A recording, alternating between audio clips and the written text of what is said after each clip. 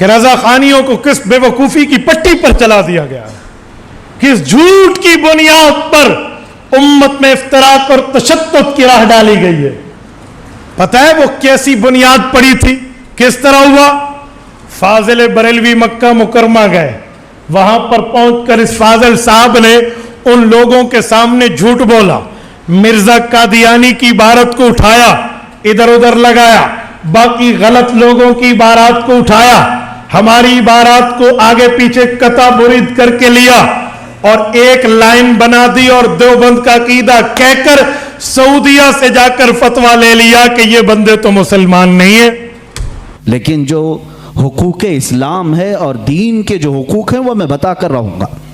ایک طرف غلام احمد قادیانی کی خرافات، دوسری طرف سر سید احمد خان، اس نے ایک نئے فرقے کی بنیاد رکھی، نیچریت۔ یہ کیا تھا؟ یہ بھی انگریزوں کے پاس سے پڑھ کر کے آیا، جو بانی ہے مسلم یونیورسٹی کا۔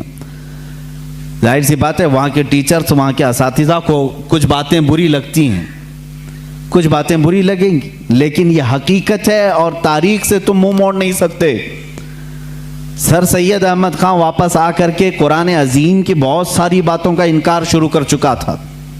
اس نے یہ کہنا شروع کیا کہ معجزات کوئی چیز ہی نہیں ہے، قرآن میں کسی معجزے کا ذکر ہی نہیں ہے، ہر چیز کی بدل کر کے تعویل کر دی، کہا فرشتے ہوتے ہی نہیں ہیں، انسان کے اندر جو نیکی کرنے کی طاقت ہے اسی کا نام فرشتہ ہے، شیطان کا کوئی وجود ہی نہیں ہے۔ وہ کہتا ہے کہ برائی کرنے کی جو صفت ہے انسان کے اندر اسی کا نام شیطان ہے۔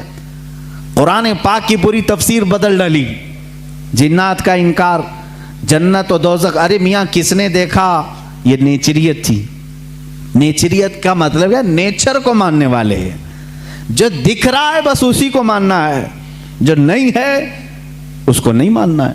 اور اس کے علاوہ حضور اکرم صلی اللہ تعالیٰ علیہ وسلم کے متعلق بھی بہت ساری نئی باتیں اس نے رکھی، قیامت کے دن شفاعت کے متعلق اور دیدار الہی کے متعلق۔ سر سید احمد خان نے لکھا ہے کہ اللہ کا دیدار ہو ہی نہیں سکتا، نہ زندگی میں، نہ موت کے بعد، نہ جنت، نہ دوزخ، ایسی کوئی چیز ہی نہیں۔ میاں ہندو تو عقیدہ رکھتے ہیں نرگ اور سورگ کا، وہ تو بیچارہ ان سے بھی نیچے آ گیا۔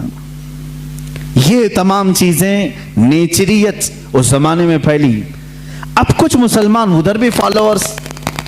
سر سید احمد خان کوئی نیا پیدا نہیں ہوا تھا، یہ بھی انگریزوں سے پڑھ کر کے متاثر ہو کر کے آیا، انگلینڈ سے یا یورپی کنٹریز سے، اور مسلمان اس کو جو ظاہر سی بات ہے تھوڑا روشن خیال سمجھتے ہیں، ارے یہ بہت ہی ماڈرن ہیں، نیا علم لے کر کیا ہیں، اس کے پیچھے چلنے لگے۔ اس نے علم کے نام پر بہت سارے مسلمانوں کا عقیدہ خراب کیا۔ ایک طرف یہ معاملات، قادیانی فتنہ اپنی جگہ پر، نیچری فتنہ اپنی جگہ پر، اور پھر دیوبندی فتنہ ایک اور۔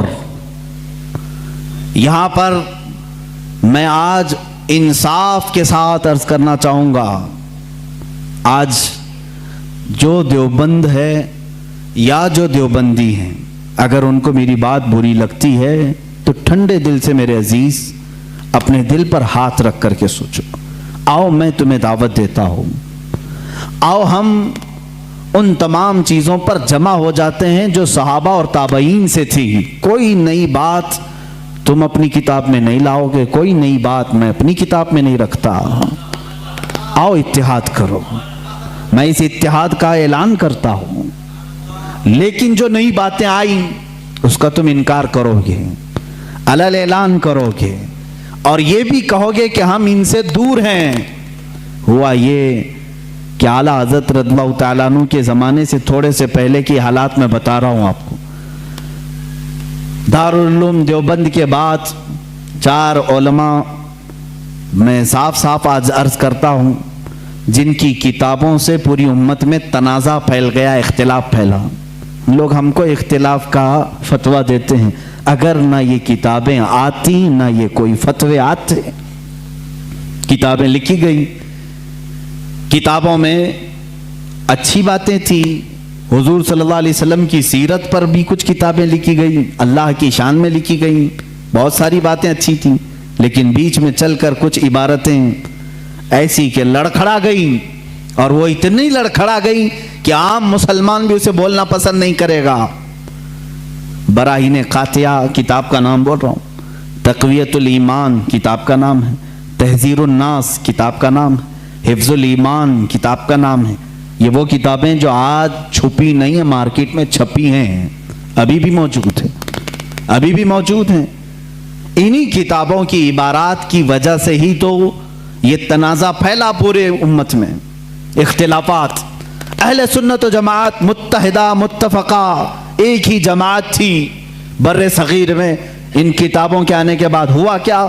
ایک کتاب میں لکھا گیا اللہ جھوٹ بول سکتا ہے، نئی بات تھی۔ اس بات پر آج تک امت نے کبھی کسی بھی شیخ، کسی بھی بزرگ سلف صالحین سے مجھے عبارت لا کر کے دکھاؤ اس سے پہلے کوئی بات ہوئی تھی۔ پھر ایک کتاب میں عقیدہ توحید کو بیان کرتے ہوئے مولوی اسماعیل دہلوی صاحب نے یہ تک لکھ دیا، حضور صلی اللہ تعالیٰ علیہ وسلم کا خیال نماز میں آنا گدھے اور بیل کے خیال سے بدتر ہے۔ یہ نئی بات تھی کہ نہیں تھی؟ اور جا کر کے کراس ویریفیکیشن کر لینا، اگر میں جھوٹ بولوں تو میرا جبہ پکڑ لینا، اور جو سزا دے سکتے ہو دو۔ میں یہ لفاظی نہیں کر رہا ہوں اور نہ پھکائی کر رہا ہوں، یہ جملے آج کتاب میں موجود ہیں۔ تقویت الایمان میں حفظ الایمان کتاب آئی، اس میں مولوی اشرف علی صاحب نے حضور صلی اللہ تعالیٰ علیہ وسلم کے علم غیب پر بحث کرتے کرتے یہ کہہ دیا، حضور کے علم غیب کی کیا تخصیص، کیا تخصیص یعنی ان کی کیا خصوصیت ہے؟ اتنا علم غیب تو زید کو، پاگلوں کو، بچوں کو، بلکہ جانوروں کو بھی حاصل ہے۔ شیطان کا علم غیب تو قرآن سے ثابت ہے، انہوں نے کہا شیطان کا علم غیب قرآن سے ثابت ہے، حضور صلی اللہ علیہ وسلم کے علم غیب کی کیا خصوصیت ہے؟ یعنی برابر ہو گئے، شیطان کو جتنا علم ہے اتنا ہی محمد صلی اللہ علیہ وسلم کو ہے۔ میرے عزیزو، کیا یہ باتیں دل پر نہیں لگتی مسلمانوں کے؟ یہ عبارتیں آئی، کتابوں میں لکھی گئی، اور بڑا فتنہ یہاں سے بھی ہوا مولوی قاسم نانوتوی صاحب کی کتاب سے، کہ انہوں نے یہ بھی لکھا کہ بالفرض بعد زمانے نبی کے اگر کوئی دوسرا نبی پیدا ہو گیا تو حضور کے خاتم النبیین ہونے میں کوئی فرق نہیں آئے گا۔ یعنی کوئی دوسرا نبی پیدا ہو سکتا ہے، اگر ہو گیا، اگر مگر کی بات ہی چھوڑو، جب حضور نے 1400 سال پہلے کہہ دیا، فرما دیا کہ میرے بعد کوئی نبی نہیں ہو سکتا تو نہیں ہوگا۔ آپ کتاب میں یہ نئی بات لکھنے کی کیوں ضرورت پیش کی؟ آپ کو کیوں ضرورت پیش آئی کہ اگر اب کے زمانے میں بھی کوئی نبی آئے گا تو حضور کے خاتم النبیین ہونے میں کوئی فرق نہیں آئے گا؟ تو آپ کی اس بات سے پتہ نہیں کتنے محلوں میں کہاں کہاں کوئی نبی ہونے کا اعلان کر دے گا۔ عزیزان گرامی وقار، یہ کتابیں پورا کا پورا ہندوستان ایک کھلبلی مچا چکی تھی، کوہرام بپا تھا، تنازعات میں گھر گئے۔ قادیانی اپنے نبی ہونے کا اعلان کر رہا ہے، ادھر ایک نیچری فرقہ ہے علی گڑھ سے جو قرآن کے معجزات کا انکار، حسیات کو صرف ماننے والا، نیچر کو صرف ماننے والا اور مغیبات کو نہیں تسلیم کرنے والا، اور ایک طرف عظمت رسالت صلی اللہ تعالیٰ علیہ وسلم پر، رسول کریم صلی اللہ تعالیٰ علیہ وسلم کے متعلق یہ سارے جملے آ رہے ہیں۔ چلو 100 سال کا عرصہ گزر گیا، آج بھی میں دعوت دیتا ہوں، آج تو سوشل میڈیا کا زمانہ ہے، میری یہ دعوت قبول کریں علماء دیوبند یا جو بھی، میں آپ سے اتحاد کر لوں گا، سینے سے سینہ لگا لوں، لیکن صرف یہ باتوں سے تم انکار کر دو اور کہو کہ وہی عشق رسالت ہمارے اندر ہے جو سیدنا ابو بکر صدیق میں تھا، سیدنا عمر فاروق میں تھا، عثمان ابن عفان میں تھا، حیدر کرار میں تھا، رضوان اللہ تعالیٰ علیہ مجمعین۔ جو مشائخ اہل سنت نے ہمیں محبت رسول اور تعظیم رسول سکھایا ہے اسی پر ہمارا اتفاق ہے، آؤ میں سینے سے سینہ لگانے کو تیار ہوں۔ ہم کون سا اختلاف چاہتے ہیں آپ سے؟ ہم کون سا اختلاف چاہتے ہیں؟ ہمارا یہ ایک بات یاد رکھ لیں، اگر میں آج نام لے کر کے کسی کو کہہ رہا ہوں تو صرف اس لیے کہ ہمارا دین ہی یہ کہتا ہے جو ان سے نا آشنا ہو اس سے ہمارا کوئی تعلق بھی نہیں۔ ہمارے رشتے ناتے اگر ہیں تو صرف عظمت رسالت سے جڑے ہوئے ہیں۔ جو نبی کا ہے وہ ہمارا ہے۔ اسی لیے سرکار مرشدی پیر و مرشد تاج الشریعہ رحمۃ اللہ تعالی علیہ نے فرمایا ہے، نبی سے ہو جو بیگانہ اسے دل سے جدا کر دیں، نبی سے ہو جو بیگانہ اسے دل سے جدا کر دیں، پدر مادر برادر جان و مال ان پر فدا کر دیں۔ اسی وقت ایمان کو پہنچو گے، اسی وقت ایمان کو پہنچو گے۔ اب یہ حالات میں بتا رہا ہوں آپ کو، انڈیا کے، ہندوستان کے، اکھنڈ بھارت کے حالات، مسلمانوں میں تفرقہ پیدا کیا انگریز، اور انہوں نے اپنے مال، اپنی حکومت، اپنی سلطنت کو پھیلانے کے لیے، بہادر شاہ ظفر کا قتل ہو چکا تھا، اس کے بعد علماء حق نے محسوس کر لیا کہ انگریز درمیان امت تفرقہ ڈال کر اپنی کرسی سنبھالنے کی کوشش کر رہا ہے، تو وہ مرد مجاہد علامہ فضل حق خیر آبادی رحمۃ اللہ تعالی علیہ نے دلی کی جامع مسجد سے فتویٰ صادر فرمایا کہ انگریز ہندوستان کا دشمن ہے، ان سے قتال کرنا فرض ہے مسلمانوں کو۔ اسی فتوے کی بنیاد پر زندگی بھر کی عمر قید کی سزا میں ان کو انڈمان نکوبار بھیجا گیا، وہیں پر ان کی وفات ہوئی۔ آج مزار بھی ان کا جزیرہ انڈمان میں ہے۔ مولانا کفایت علی کافی رحمۃ اللہ تعالی علیہ، جو 1857 کی یہ جو غدر ہے، اس کے بعد کے علماء اہل سنت کی بات میں کر رہا ہوں، انہوں نے محسوس کر لیا اسی زمانے میں کہ انگریز نے فرقہ پیدا کر دیا ہے، کچھ علماء اس کی بولی بول رہے ہیں۔ ظاہر سی بات ہے، یہاں کچھ علماء جو مدرسہ بنا رہے تھے ان کو ماہانہ مشاہرہ مل رہا ہے انگریز حکومت سے، علی گڑھ کو پاؤنڈ آ رہے ہیں انگلینڈ سے، اور دیگر علماء کو پاؤنڈ آ رہے ہیں، اور یہاں جو علماء ان کی ان خرافات کو بیان کر رہے ہیں ان کو پھانسی پر چڑھایا جا رہا ہے۔ مولانا کفایت علی کافی رحمۃ اللہ تعالی علیہ، جن کے اعلیٰ حضرت بھی بڑی عزت فرمایا کرتے تھے، وہی کفایت علی کافی جنہوں نے اپنی ایک نعت میں کہا تھا، کوئی گل باقی رہے گا نہ چمن رہ جائے گا، پر رسول اللہ کا دین حسن رہ جائے گا، اطلس و کم خواب کے پوشاک پہ نازاں نہ ہو، اس تنے بے جاں پہ خاکی کفن رہ جائے گا۔ یہ جو نعت انہوں نے لکھی تھی اس وقت جب آپ کو پھانسی کے پھندے پر چڑھایا جا رہا تھا، یہ مولانا کفایت علی کافی۔ پھر مولانا عنایت احمد کاکوروی رحمۃ اللہ تعالی علیہ، جن کو جیل کی سلاخوں کے پیچھے انگریزوں نے بند کیا، اس ایک عالم ربانی نے پتھر کی ٹھیکری سے دیواروں پر پوری علم الصیغہ کتاب لکھ دی تھی، جو آج بھی عالم کورس کی کتاب میں پڑھائی جاتی ہیں۔ عزیزان گرامی وقار، اگر انگریز کو علماء سے محبت تھی اور وہ مدرسے کی سنگ بنیاد میں آ رہے تھے، تو ان علماء کے ساتھ وہ کالا پانی کی سزائیں اور موت اور پھانسی کی سزائیں کیوں دے رہے تھے؟ آپ سمجھا کریں، کچھ علماء کو وہ شہید کر رہے تھے اور کچھ علماء کو وہ پیسوں سے پال رہے تھے۔ یہ حالات بڑے دیگرگوں تھے، امت میں تفرقہ اختلافات آ چکے تھے۔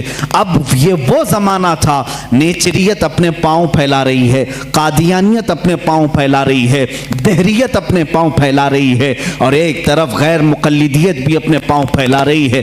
ہندوستان کی سرزمین جو اہل سنت و جماعت کا گہوارہ تھی، اولیاء کا مرکز تھی، یہ خواجہ ہند کا ہندوستان تھا، یہ محبوب الہی کی وراثت کی زمین تھی۔ یہاں صابر کلیری کے مجاہدات تھے، یہاں بابا فرید کے نغمے تھے، یہاں پر اولیاء کاملین کا گلشن تھا، یہ تمام صوفیاء کاملین کے پروردہ مریدین کا ایک عظیم گلستان تھا۔ اس گلستان کو کئی انگریزوں نے اپنے پاؤں سے کچلنا شروع کیا، اس میں خزاں آنے لگ گیا، اس حسین گلدستے میں، ہندوستان کے گلدستے میں پھول مرجھانے لگے۔ نیچریت کا غلبہ آیا ہے، وہابیت کا غلبہ آیا ہے، قادیانیت کا فتنہ سر ابھار رہا ہے، الہاد و بے دینی کا فتنہ سر ابھار رہا ہے۔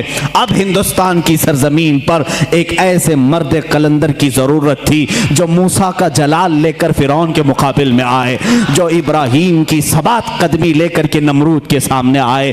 اب ایک ایسے مرد قلندر کی ضرورت تھی جو صدیق کی صداقت اپنے سینے میں رکھتا ہو، فاروق اعظم کی عدالت اپنے سینے میں رکھتا ہو، عثمان ابن عفان کی حلم و بردباری اپنے سینے میں رکھتا ہو۔ ہندوستان کو اب ایسے مرد قلندر کی ضرورت تھی جو حیدر کرار کی شجاعت بھی رکھتا ہو، غوث اعظم کا نائب ہو، خواجہ ہند کا وارث ہو. اللہ رب العزت نے ہندوستان کے سنی مسلمانوں پر وہ احسان عظیم فرمایا جب صوفیاء کے مرکز اور اولیاء کاملین کی خانقاہیں آواز دینے لگی الہا اب ہند کا کیا ہوگا. یہاں تو اب چادریں نہیں, اب گاگریں نہیں, یہاں اولیاء کی بارگاہ میں آنے سے روکا جا رہا ہے, وسیلے کو شرک, استمداد کو کفر کہا جا رہا ہے, عظمت رسالت پر حملے ہو رہے ہیں, نماز میں رسول کے خیال آنے کو برا بھلا کہا جا رہا ہے, پیٹ پیچھے کی خبر نہ ہونے کی حضور کے بارے میں کہی جا رہی ہے. الہا اب کون اس دین کا وارث ہوگا, جانشین ہوگا, محافظ ہوگا, نگہبان ہوگا. آواز آئی غیب سے. اللہ رب العزت نے پورے ہندوستان کے اس سائے پر ایک ایسی عظیم سلطنت کو بیدار فرمایا جس سلطنت کا نام ہم یوں کہتے ہیں ملک سخن کی شاہی تم کو رضا مسلم.